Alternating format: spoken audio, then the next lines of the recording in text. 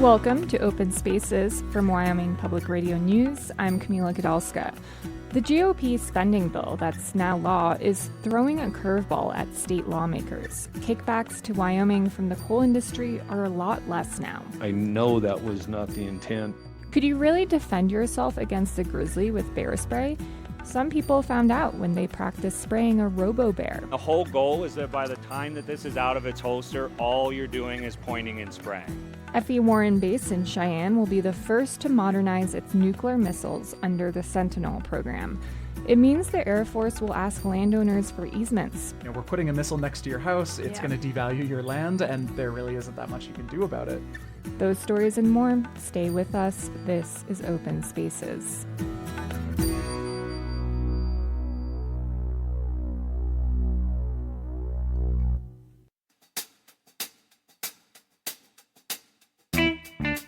Hey Gillette, join Wyoming Public Media reporters for some coffee and conversations. If you're in the area, come share feedback, give us a news tip, and get to know us. Join us from 8 a.m. to 11 a.m. on Wednesday, September 24th at City Brew Coffee.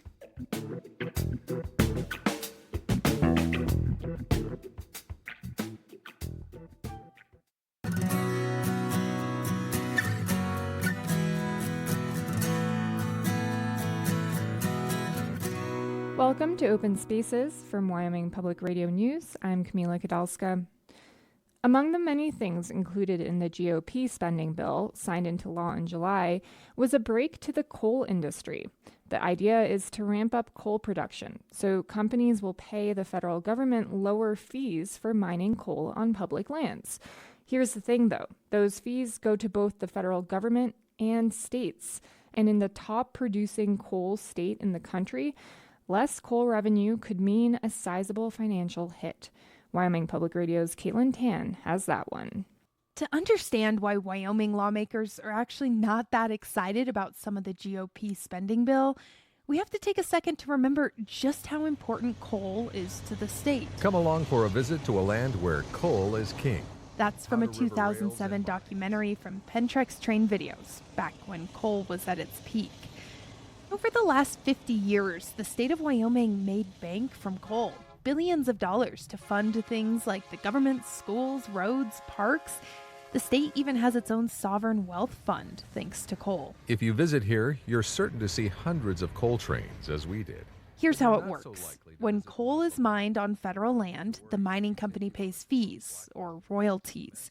Half of those royalties go to the federal government, and the other half goes to the state. And only Congress has the power to change that ratio. And President Trump's GOP policy bill lowers those royalty fees for mining companies. State economist Dylan Boehner says that might be a great deal for coal companies. On the surface, sounds great for Wyoming, but in the way that it is being done is going to negatively impact our revenues. The royalty rate was slashed almost in half. President Trump's idea is to make it easier and cheaper for companies to mine coal. The goal of this bill is to try to incentivize people to produce and, as he said, drill, baby, drill. But the loss to Wyoming's state budget is an estimated $50 million a year. That's a bit shy of 10% of what Wyoming makes each year off federal minerals like oil, gas, and coal. I know that was not the intent. That's Evanston Representative Robert Wharf. Everybody said how this is such a great thing for our state. In a state that had the highest margin of votes for Trump's presidency, there's big support for his vision to prop up the coal industry, but a lot of uncertainty that this is the way to do it. Demand for Wyoming's coal has been dropping for well over 15 years. GOP congressional members say the lower rates will help revitalize the declining industry, but local lawmakers like Wharf worry that shift could take time. If it's going to take us multiple years to see that, I don't know. So Wharf and his colleagues are trying to get creative to offset that $50 million loss in annual state revenue. Casper Representative Bob Ide points to Alaska. It gets a bigger share of royalty fees for oil and gas. Alaska actually has a 90-10 split, and they got that in its statehood. Ide is hoping Wyoming can ask Congress to give his state a better deal, but any legislation is months out. Ide also brought up his ideal solution. We looked at a federal land transfer, which would solve all of those problems. Wyoming has been trying to get a hold of federal land and those mineral rights for years, long before the public land sell-off proposal from earlier this summer. But it's never been successful. In the meantime, Dylan Boehner, the state economist, says the GOP spending bill could lead to an increase in coal production. Just recently, mine expansions were approved in Campbell County's West Antelope 3 and Sweetwater County's Black Butte. And that could be a good thing for those mining communities. That would lead to maybe a ripple effect in terms of restaurant activity, lodging activity, stuff like that, retail activity. Trump is hoping to reopen land to new coal leasing, like in northeast Wyoming's Powder River Basin, bringing the area back to its former production heyday, like in the Pentrex documentary. It won't be long before this coal will be extracted and loaded aboard trains. But will the market support it? And would an increase in coal production offset the state's revenue loss? Now that's a lot of coal. Some economists and lawmakers aren't so sure. For Wyoming Public Radio, I'm Caitlin Tan.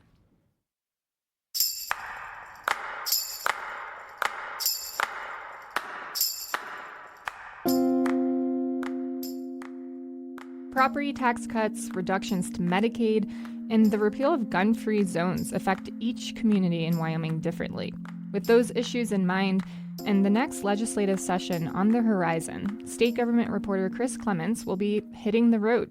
Over the course of 4 days, he'll be listening to Wyomingites' concerns in the northeast corner of the Equality State. Thanks for joining me, Chris. It's a great day to talk about state government, Camila. Indeed. So let's dive straight in. Where are you going and why?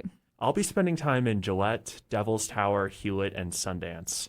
The whole idea is to take folks' temperature on a host of different issues. As you mentioned, I'll be asking about specific things like property tax and gun-free zones, but I'll also ask people questions that are broader, like how they feel about the direction the state is heading in and what they'd like to see their state leaders do differently. Also, I want to know about how changes to how towns and cities receive mineral royalties could be impacting revenues. Those are just a few of the questions on my list.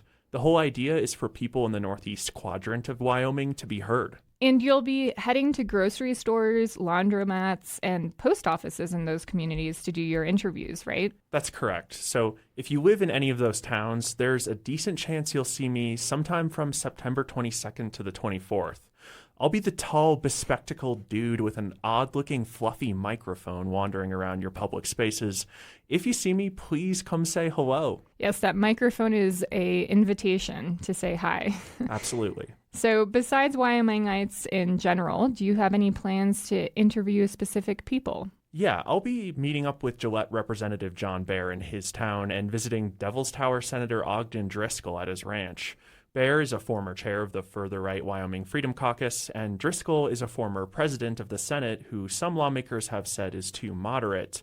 I have a few other lawmakers I'm hoping will agree to talk with me too. Nice. So we're going to hear all about your adventures live on All Things Considered on Tuesday afternoon around 4:44. And you've got some future stories lined up that will be based on your trip. Exactamundo, Camila. Great. Well, I can't wait to hear more about your road trip. Thanks for talking with me, Chris. Of course. Catch you on the flippy flop. September is National Suicide Prevention Month, and Wyoming has one of the highest suicide rates in the country. It's also home to one of the largest populations of veterans who are at a higher risk of taking their own lives than civilians. But a statewide program called Veterans Talking to Veterans is working to change that. It trains veterans and their spouses to be trauma-informed coaches who then support their peers at weekly meetings around the state. Governor Mark Gordon spotlighted the program in a recent newsletter, writing that it, quote, exemplifies the best of Wyoming's values, service, resilience, and community, unquote. Wyoming Public Radio's Hannah Haberman brings us a closer look. I'm Hannah. Nice to meet you. How's it going? In a church basement in Pinedale, Chris Searles is getting ready for tonight's meeting. We have this space that the local community can come in and be part of the organization. The meeting is hybrid. There's a big projector set up for folks who'll be zooming in, sometimes from all over the country. I've had Alaska to Rhode Island to Texas call in. And that same day I had Vietnam vets all the way down to a 25-year-old Marine. The meetings aren't about swapping war stories. They're conversations guided by coaches like Searles with questions based on things like movies or music. Your perspective from whatever, Metallica, The Day That Never Comes, is going to be completely different from mine.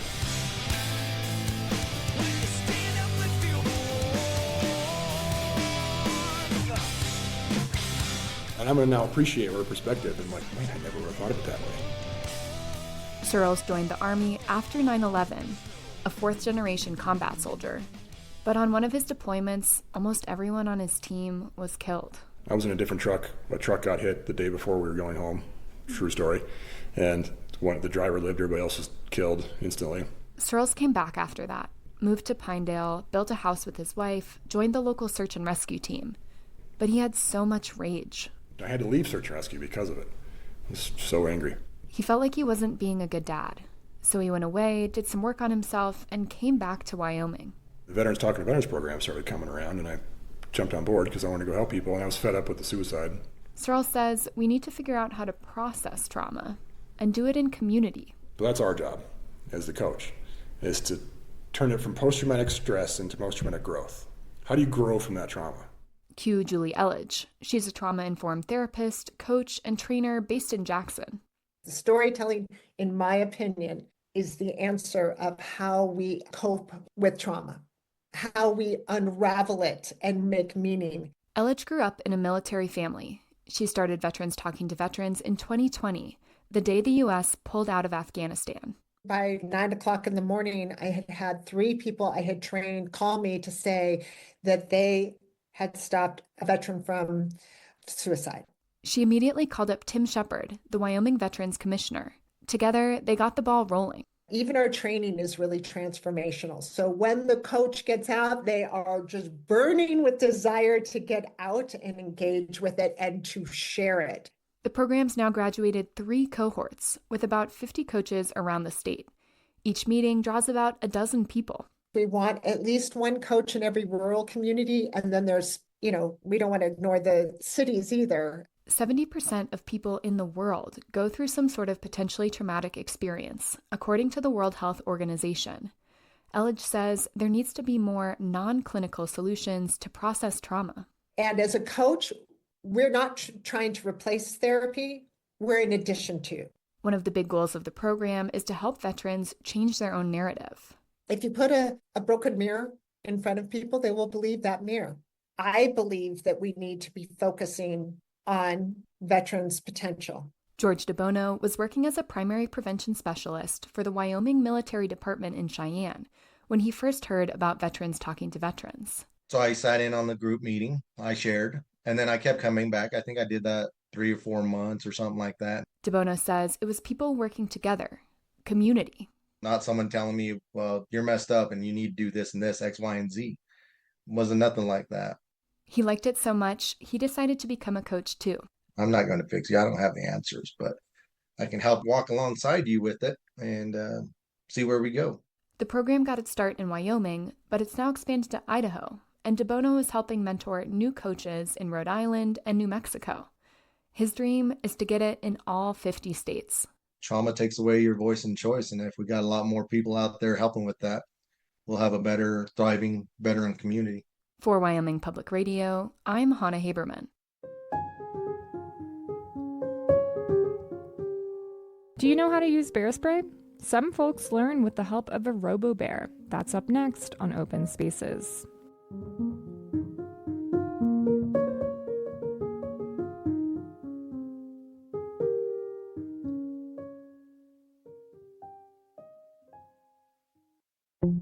This time on Human Nature, a woman leaves her old life behind to find herself on the trail. I think quitting was always at the forefront of my mind. I mean, there were many days that I truly wanted to quit and believed I was going to quit. And I'm not really sure what it was that kind of kept me going, but a lot of it was just wanting to prove everyone else and myself wrong. Find Human Nature on Apple Podcasts, Spotify, or our website, humannaturepodcast.org. That's Human Nature, one word, one N. Welcome back to Open Spaces. This month, a grizzly bear attacked a hiker in Yellowstone National Park. He was able to walk out and get medical care, but states are trying to prevent grislier encounters. They've stepped in to help manage the iconic but federally threatened species, as well as the people on the landscape. As Wyoming Public Radio's Hannah Merzbach reports, one solution involves a robo bear. About 100 residents and visitors are waiting eagerly in a parking lot in Jackson, Wyoming, the gateway to Grand Teton National Park, which is home to many grizzlies. They're here to save $50 and get a free can of bear spray, the most popular way to fend off a bear. But first, they have to practice using it. Aim right at the bear's face, maybe slightly downward. Wyoming Game and Fish employees wearing their signature bright red polos hand out cans of practice spray. Okay, you're up. All right, thank you. There's a mobile plastic grizzly the size of a cub. Employee Mark Otten drives it to the end of the parking lot with a remote control, like a toy car. All right, so I'll have you guys line up. 5 people at a time, they face away from the grizzly, gripping their spray. Then Otten accelerates the robo-bear toward them, teeth bared. Bear, bear, bear. They whip around, throw off the safety, and try to pull the trigger. A few successfully discharge the spray in time. It smells like nail polish remover, unlike the real stuff, which, if it gets in your face, feels like hot peppers being stuffed in your nose and leaves most people crying on the ground. It's just a huge benefit to have this physical, tangible, metric of oh, I'm totally not prepared, or oh, I did all right. About half of Otten's job is teaching people how to stay out of trouble. He spends the other half dealing with conflicts. Going to be a lot more lenient with a bear that has maybe found a bit of bird seed that was unattended away from a house versus a bear that has tried to break into a shed. They try to catch the bears on their first offense before they're too used to humans and their food. Sometimes they relocate the bears. Other times they're too late and decide to euthanize them. I think we're living in coexistence right now. That's Otten's boss, Dan Thompson. Where we have a lot of bears and a lot of people, and that increases a lot of conflict potential. So we're trying to do things and reduce that as much as possible. The National Park Service says the chances of being injured by a grizzly in a place like Yellowstone are about 1 in 3 million. Bears are more likely to end up hurt. More than 50 grizzlies have died this year in the area, many hit by cars or put down for attacking livestock. But Thompson says the population still has healthy numbers. In its recovery since being listed on the endangered species list in 1975 is a success story. Yet it remains on the list. Being stuck in the suspended animation doesn't allow you to finish the story. Many environmentalists want to see grizzlies stay federally protected, since they only occupy a slice of their historic range. But the state of Wyoming, Montana, and Idaho want them delisted. That could mean starting up hunting seasons and complete state management, which Thompson says is pretty much already happening. We're doing all the work on the ground now. Responding to conflicts, reducing attractants like trash and bird feeders, and educating the public on how to keep the bears at bay. That includes people like Otten. The whole goal is that by the time that this is out of its holster, all you're doing is pointing and spraying. The event's wrapping up, and Otten's giving some extra tips to some of the people lingering around the robo-bear. Do you have a nickname for the robo-bear? I don't. I just call it robo-bear. I've heard kids sometimes will call it Roberto, but that's the only one I've heard. With that, Otten loads his trusty colleague Roberto into a trailer.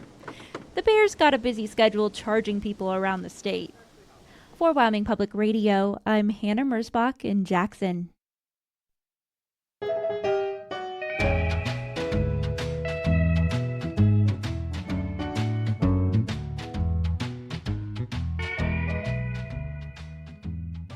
A majority of farms in the United States are considered small. In Wyoming, most farms fit that bill. For some in our region, it's becoming increasingly more difficult to keep going. For the Mountain West News Bureau, Lucia Starbuck has the story of a difficult harvest in rural northern Nevada. Pickling cucumber, onion on this patch here. Here on the right, that's actually tomatillo. It's already a hot and dry desert morning in Fallon. The pickup truck kicks up dirt and dust as we drive alongside a sea of leafy produce sprouting from the ground. 4 generations of the Alaniz family have cared for the land. I'm with Adrian Alaniz Rios, his son Cuco, who you just heard from, and his grandson Adrian. Alaniz Rios has grown a variety of crops for 40 years. But it all started with his father. My dad is got his bicycle and his hoe and came here to town and go in and knock the door and say, I can clean it, all the weeds. And him is not talk English. And the people say, hey, how much? And him is right on the ground. One day he stopped here and he talked to the boss, say, I'm looking for work and stay here for the rest of the years. The family is from Guanajuato, Mexico. Alanis Rios' father came to the U.S. in 1957. It's common for a small family farm to have a deeply rooted backstory, says Ruth Dahlquist Willard. She's with the University of California Agriculture and Natural Resources. Often a smaller family farm has a unique story to tell, maybe going back several generations, or maybe a story of immigration and adapting to a new place. As the sun beats down on us, Kuko shows off the other produce they're growing, including Fallon's prized possession, Hearts of Gold cantaloupe. It's their taste, their flavor. It's really unique. You bite into it, it's like a sweet, it tingles. It's different, and people like it. As you look out on the 500 acres of land, there's no heavy machinery to be seen. Farm workers pick everything by hand. But federal cuts have put all that hard work in jeopardy. Melons are rotting in the field. Usually, these would be heading to the food bank through the state-run Home Feeds Nevada program, which bought the produce from the family. It was a steady source of income for them. They had no idea the program would come to an end and began planning this year's crops back in December. But the USDA ended the funding in March. Now the family relies on sales from the Latin Farm storefront, from the back of their pickup truck, and the annual Fallon Cantaloupe Festival. But there is just too much fruit to sell. You already have your plants growing, you have everything planned out. Money investment, it feels bad. It feels like someone just pokes you right in the gut. Kuko shows me a refrigerated trailer with 8 pallet-sized boxes of the sweet-smelling melons. That's in addition to 8 acres of ripe cantaloupes ready to be picked from the vine. To help farmers like the Alanis family, the state approved $800,000, but it's just a drop in the bucket and hasn't been distributed yet. Bill Knudsen is an agricultural economist at Michigan State University.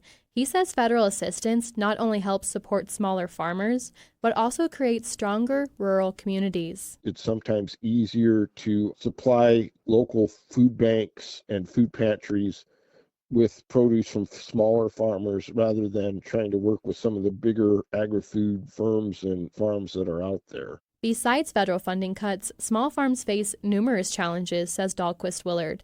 This includes creating a sustainable business model, transportation, and climate change. There might be less reliable rainfall or snowfall, or it might be warmer rain that causes more floods. Small farms tend to be more vulnerable. They might not have as much capital or infrastructure to deal with disasters. The Alanis family says it's something they're not going to give up, even though it's a gamble and it's unpredictable. This is our peaceful area. Like I say, when we're stressed out, things are bad out in the fields. Just come out in the middle, sit down under those big shade trees. See those? Sit down, relax, and just, it's really peaceful to work outside. And farming for us is our thing. They're already looking toward the next season. This fall, the rows of corn will transform into a maze that draws large crowds, and Kuko and his family will be right there to greet them. Lucia Starbuck, KUNR News, Fallon. The Department of Defense is modernizing its nuclear missiles, starting at the F.E. Warren Air Force Base in Cheyenne. We learn more on Open Spaces.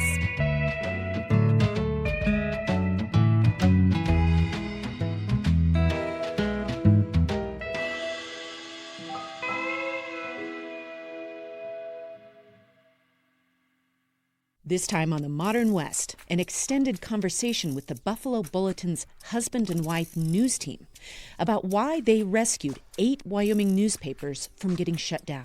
You know, a lot of these newspapers have operated in their communities since before their communities were incorporated. There's a tradition. I think the tradition matters. It's part 1 of a pair of bonus episodes on Wyoming's news ecosystem. Find them under podcasts at wyomingpublicmedia.org or wherever you get your podcasts.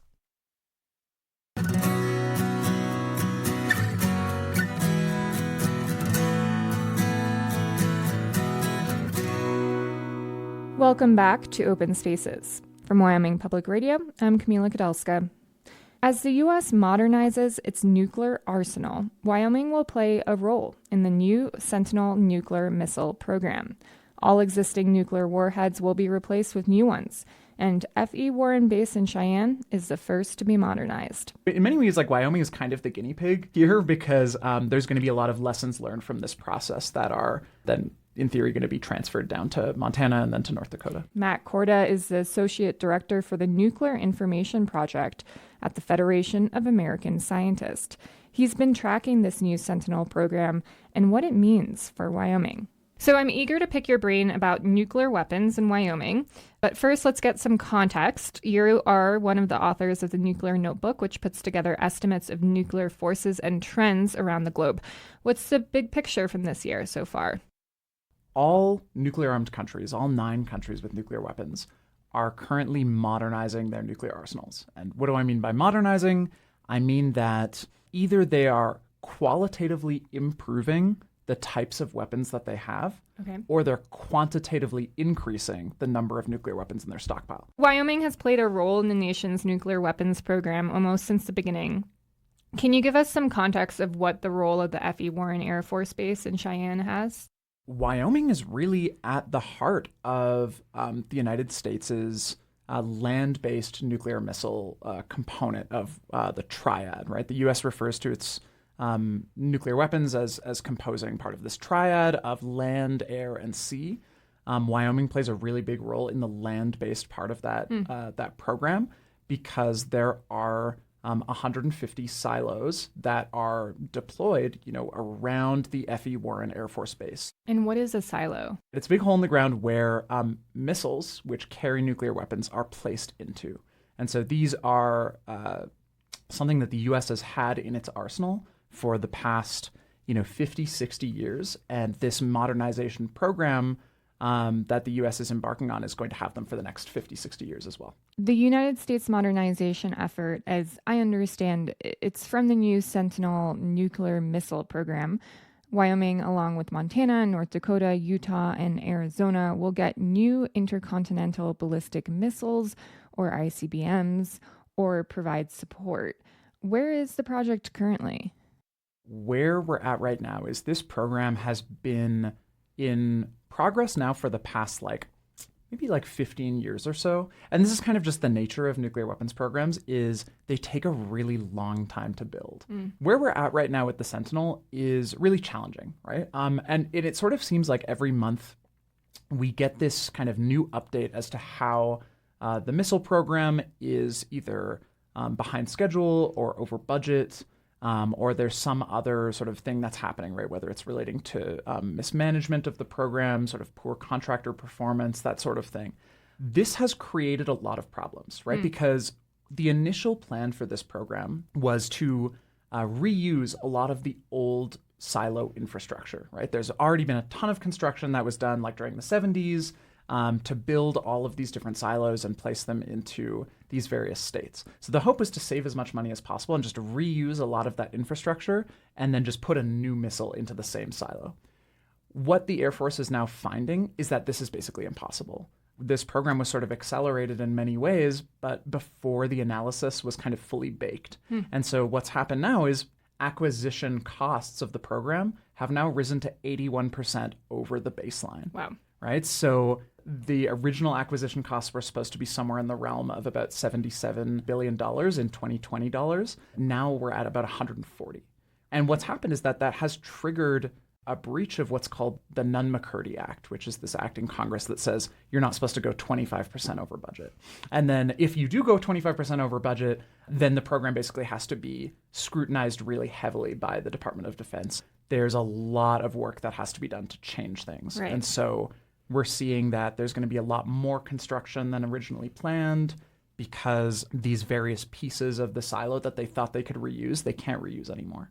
What this means is that some of these costs are going to trickle down to taxpayers, right? In addition, there are challenges with landowners, right? Because what was originally not foreseen was that the plan was originally that the Air Force was going to just use the same kind of cabling that already exists underground for the new silos, Now that that's not possible, they have to go and dig new holes, new passageways for the cabling. This is going to require more land that gets leased to the Air Force by local farmers and ranchers and other folks who own that land. So the Air Force is sort of preparing to go around to these different folks who own this land and basically offer to buy it. And it's likely going to be that the landowners probably have no choice but to sell to the Air Force, because this is the land that the Air Force needs for this missile program. And historically, that's how it's worked. What's going to come to Wyoming as a result of this project? So in terms of the construction, there's going to be a lot of on-base construction at F.E. Warren. They're producing a lot of buildings and things like that, new facilities that are meant to help test out the new system, that sort of thing. There's going to be a lot of construction off base as well. So I mentioned that there's going to be these new easements that are required for the new cabling. That means that folks are going to have to sell their land to the Air Force to allow the Air Force to come in and add new fiber optic cabling underground, that sort of thing.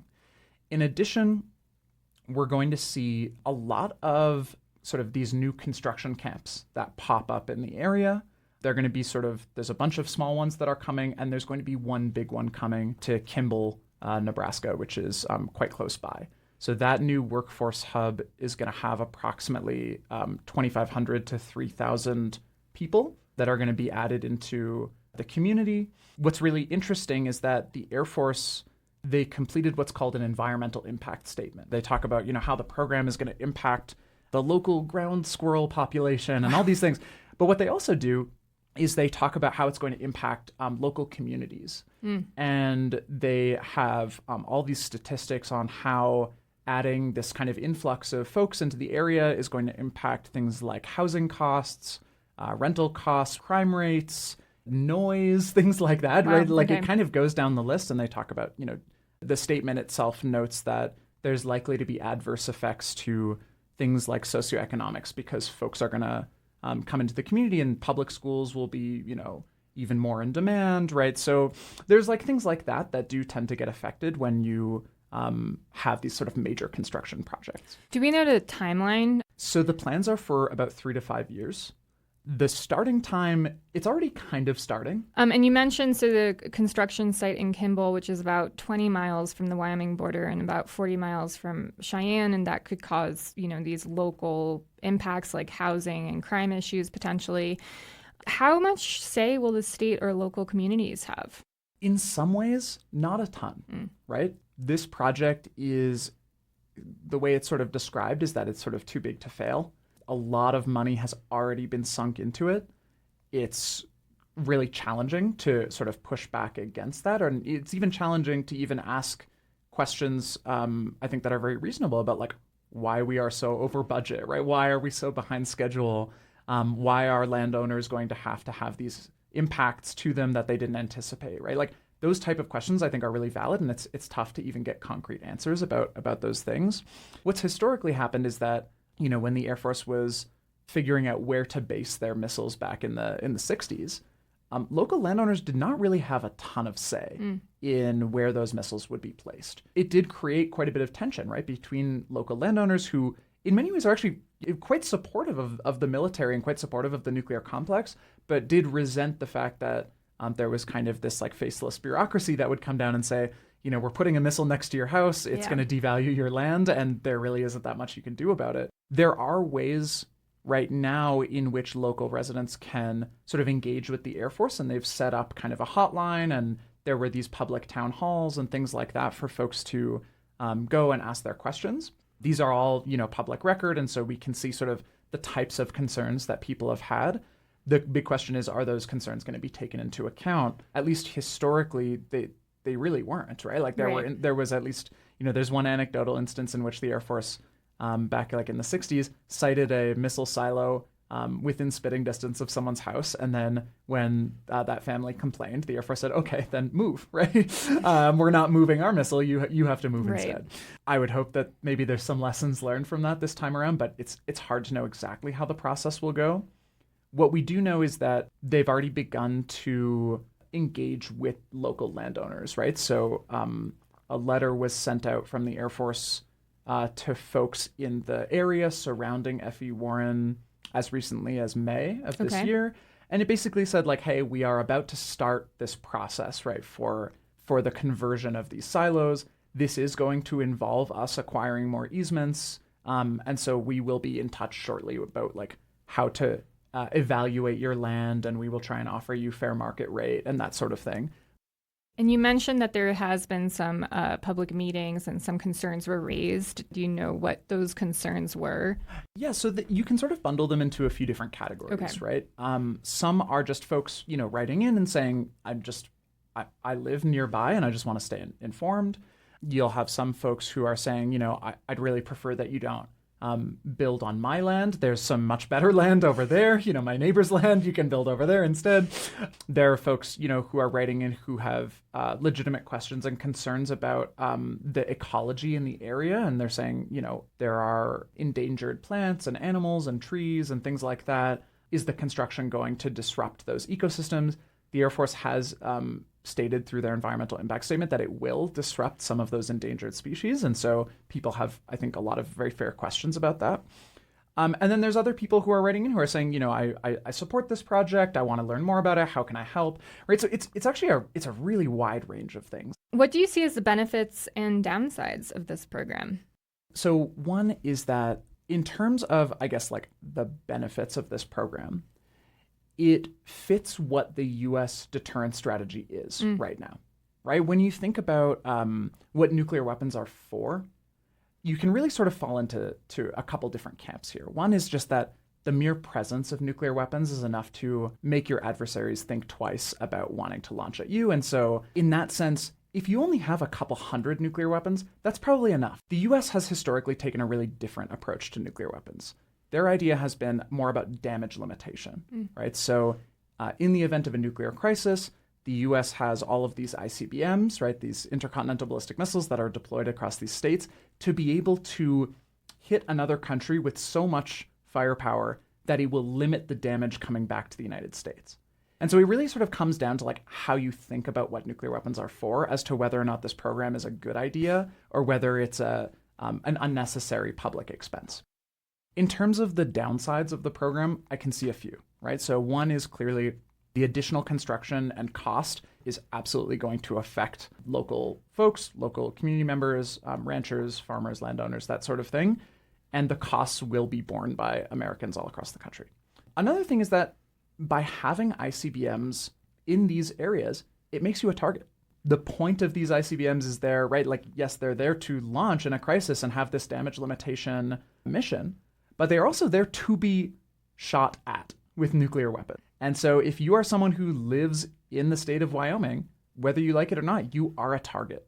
And you are essentially the first target for a nuclear attack.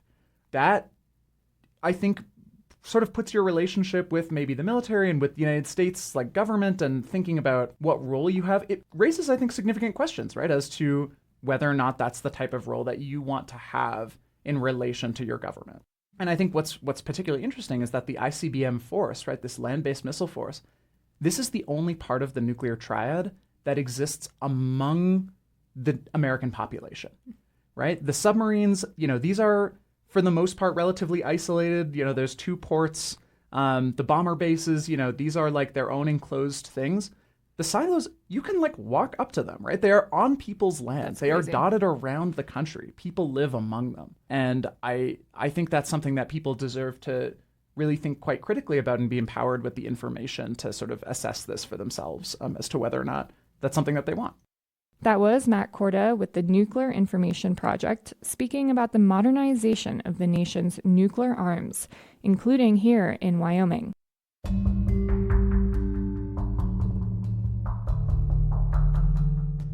More communities and parks in the Mountain West are trying to limit light pollution. We'll find out why coming up on Open Spaces.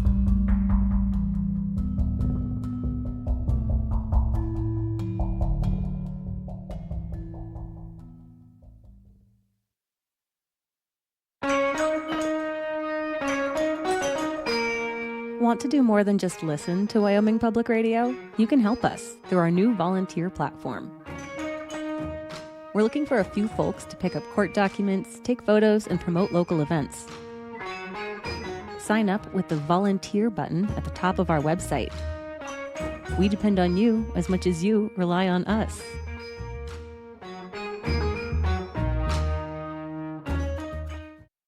Welcome back to Open Spaces. Our region has one of the highest concentrations of places dedicated to preserving the night sky.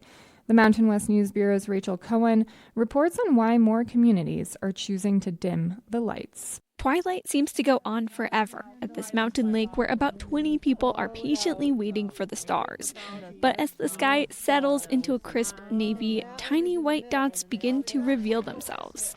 We're ready for the telescope, so if you guys want to line up right here. Leo Peretti and Joan Vare are Forest Service rangers leading this star party in Twin Lakes outside of Leadville, Colorado. So the Big Dipper has just poked out a little bit, and we're going to have to really crane our necks. Oh, wow. The sky could soon get even darker around here because there's an effort underway to reduce the glow coming from streetlights and storefronts in town. Leadville's leaders are applying for a certification that says it's committed to limiting light pollution. It's through the nonprofit Dark Sky International, where Michael Reimer works. We are using light excessively and incorrectly where we live and work. He says 4 out of 5 people living in the U.S. now can't see the Milky Way, but more than 200 places have joined Dark Sky's effort. We are not trying to get rid of all light altogether. We're trying to use light more responsibly. The Mountain West plays a big role. Flagstaff, Arizona became the first ever dark sky community in 2001. Central Idaho is home to the only dark sky reserve in the U.S., and Utah has the highest concentration of dark sky places globally. Adam Ducharme is in charge of tourism for Leadville, the highest elevation city in the U.S. People are naturally drawn to this place because of our access to the outdoors. Compared to ritzy ski destinations nearby, Leadville is more of a working town with an economy historically driven by mining. But people flock here to climb the highest peaks in the state and for a grueling ultra trail race. Ducharme thinks adding a dark sky badge will help attract more visitors, ones who value conservation. So rather than just sort of trying to pave paradise and put up a parking lot, it's a lot more about, hey, we are Leadville Twin Lakes and come experience the beauty of this place. The state of Colorado shares this vision. It's making a big push to get more communities and state parks on board. It's helping them with the dark sky application process, which can take years. That's why on a chilly evening this past spring, Ben Benet is holding a sensor below a lamppost in Leadville. We can just point this up, press the button. 4100 CCT. He's the town's dark sky mentor, paired by the state. Benet is walking volunteers through a lighting inventory. It's a catalog of all the public outdoor lights. Collecting this data will tell Leadville how much work it has to do to reach compliance. Looking at the number of light fixtures, we probably don't need 3 lights on that one pole. Those steps are outlined in an ordinance which the city will need to pass for the certification. Leadville is small, only 1 square mile, and outside city limits are brighter lights, like ski resorts and a mine. Reimer from Dark Sky International says growth can affect places already certified by the organization. Because there's development around those places that is really outpacing the work in reducing light pollution. Still, Leadville's efforts could help illuminate the stars for campers nearby. This is pretty spectacular. Yeah. There's a lot of stars out. Back at the Star Party in Twin Lakes, Bruce Hicks and his wife Beth say they made their way to Colorado in an RV from Florida. Other stargazers are from Illinois and Texas. The Hicks seek out wild places like this. The light pollution is so low that we see so much more than we do at home. They're exactly the type of people Colorado wants to attract. And maybe when they return home, they'll spread the message about protecting the night skies. For the Mountain West News Bureau, I'm Rachel Cohen.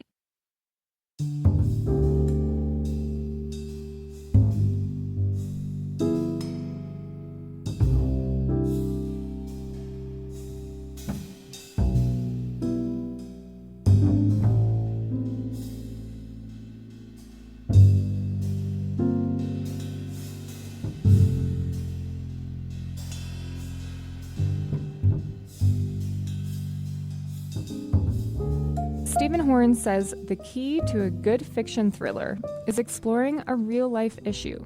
with a lot of tension. Horn is the author behind the award-winning Sam Dawson mystery series and just published the 6th part, Lost and Found Cafe. Horn is a wildlife biologist by training and spent years working in conservation and agriculture in Colorado and Wyoming before publishing his stories. He spoke with Wyoming Public Media's program director, Grady Kirkpatrick, about his latest book. Welcome, Mr. Horn, and I wanted to first ask you a little bit about your background. You're originally from Iowa, correct? That's true. Eastern Iowa, but left home a long time ago. What initially inspired you to write? Well, I've always written. I enjoyed writing even clear back in high school, but I never thought about publishing. I just enjoyed writing. I had a number of things that I used to write on a regular basis when I was dean here at College of Agriculture Publications that people seemed to enjoy, where you would blend fact and story to get people's attention about issues. And after I retired, I decided I might want to try to publish something. And so I've been writing since I retired in, when did I retire? 2009. Mm-hmm. How did the idea for the Sam Dawson mysteries come about? Well, I had a number of ideas about writing mysteries, and I needed a Wyoming protagonist that would fit the bill, and came up with the name Sam Dawson. Kind of describe his character. Well, Sam is an interesting guy. He has a pathological curiosity. I mean, he just has to get to the bottom of issues, has to find out the answer to a mystery. Always is interested in ensuring that the antagonists in the book get their due just rewards. Mm-hmm. Is he a photographer? He is a photographer. He publishes tabletop or coffee table type books, large format, color, some black and white, but mostly color. And he gained some notoriety, and his earlier publications were, I think, very successful. He photographs lost and abandoned cemeteries, which we have many in the state of Wyoming. And he then started doing this in other states. He's done it in Iowa and Minnesota and Nebraska, travels around photographing cemeteries. Wow. Give us just a brief synopsis of the 6th book now in the series, Lost and Found Cafe. In this book, Sam and his daughter, out for a father-daughter outing, find themselves embroiled, I guess is the word, in a mystery where there's murder, lots of intrigue, all the while isolated in a very rural, very isolated cafe in eastern Wyoming. The area that they find themselves isolated in this cafe, which is right on the state line, has the notoriety of being the the closest town is a little town called Van Tassel in Niobrara County. It has the privilege of being the least populated town in the least populated county in the least populated state in the nation. And I chose that for a reason in this book, because one of the main characters in this book is on the run and has been for 13 years and needed to be in an area where no one would find him. What are some of the elements in your writing that propels the story? Well, writing mysteries, and one of the books, the one that I published before this, Yesterday Calling, was a mystery thriller. And I think that people, when they read mysteries or thrillers, need to have some break in the tension. My plots have always been formulated so that it builds tension at the end of either a scene break or a chapter. and then you pick up on it again a few moments later when you turn the page.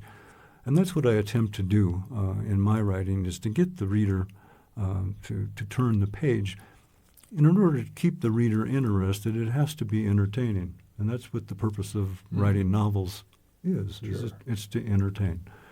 And I like to blend a lot of fact with my fiction and address issues that need to be told about, oftentimes, real issues. Mm-hmm. And if you can do that and tell a story and keep the reader interested, you find that they learn more and they become more sensitized.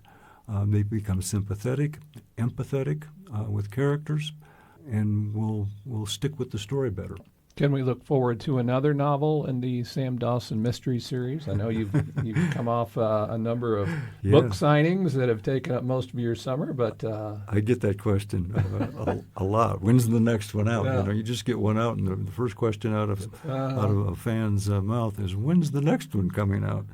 Well, I'm gathering information now. Will continue to write, but at perhaps a slower pace. Stephen Horn, it's been a great pleasure. Thank you so much. Pleasure to be here. Thank you for having me. That was Stephen Horn, author of the Sam Dawson Mystery Series, talking about his new book, Lost and Found Cafe, with Wyoming Public Media's Grady Kirkpatrick.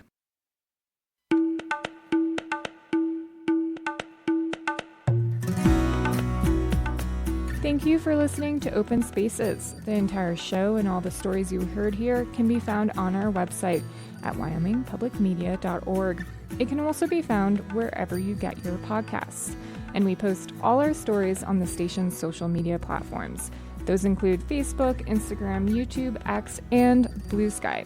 Thanks to Melody Edwards, this episode's audio producer, and Ivy Engel, our digital producer, and to Cody Hume, our social media manager for the show.